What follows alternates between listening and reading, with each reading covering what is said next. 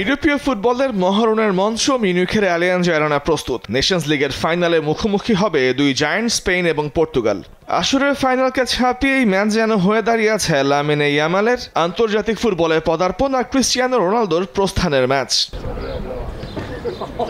কাতার বিশ্বকাপে স্পেনের ব্যর্থতার পর 2022 সালে দায়িত্ব নেন ফুয়েন্তে। এরপর থেকেই স্পেন যে কোনো প্রতিযোগিতায় মাঠে নামছে, ফিরছে চ্যাম্পিয়ন হয়ে। 2023 সালে প্রথমবার নেশনস লিগ জিতে নেয় তারা। 2024 ইউরোর ফুয়েন্তের স্পেনের ঝুলিতে। এবার আরও একটি নেশনস লিগের ট্রফি জিততে পারলে টানা 3টি বড় টুর্নামেন্ট জয়ের অনন্য কীর্তি গড়বেন 63 বছর বয়সী এই কোচ। ইউরোপের কোনো জাতীয় দলের কোচ হিসেবে নিজের প্রথম 3টি বড় প্রতিযোগিতায় শিরোপা জয়ের নজির নেই আর কারো।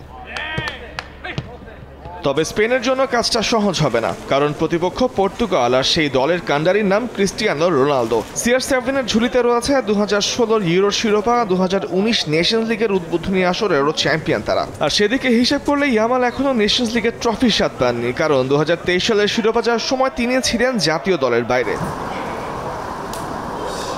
পিএসজির হয়ে গত মৌসুমে ঐতিহাসিক ট্রিপল জেতা 4 ফুটবলার আছেন পর্তুগাল দলে, যাদের মধ্যে একজন 20 বছর বয়সী নেভেস।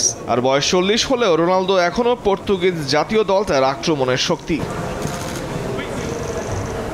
সেমিফাইনালে জার্মানির বিপক্ষে দলের জয়সূচক গোলটি করে রোনালদো আন্তর্জাতিক ফুটবলে নিজের 137তম গোল করে ফেলেছেন। ইউরোপ ছেড়ে সৌদি আরবে পাড়ি জমানো CR7 সেখানেও আছে দারুণ ছন্দে। টানা দ্বিতীয় মৌসুমে সৌদি প্রো লিগের সর্বোচ্চ গোলদাতা হিসেবে ছিলেন এই আল নাসের অধিনায়ক।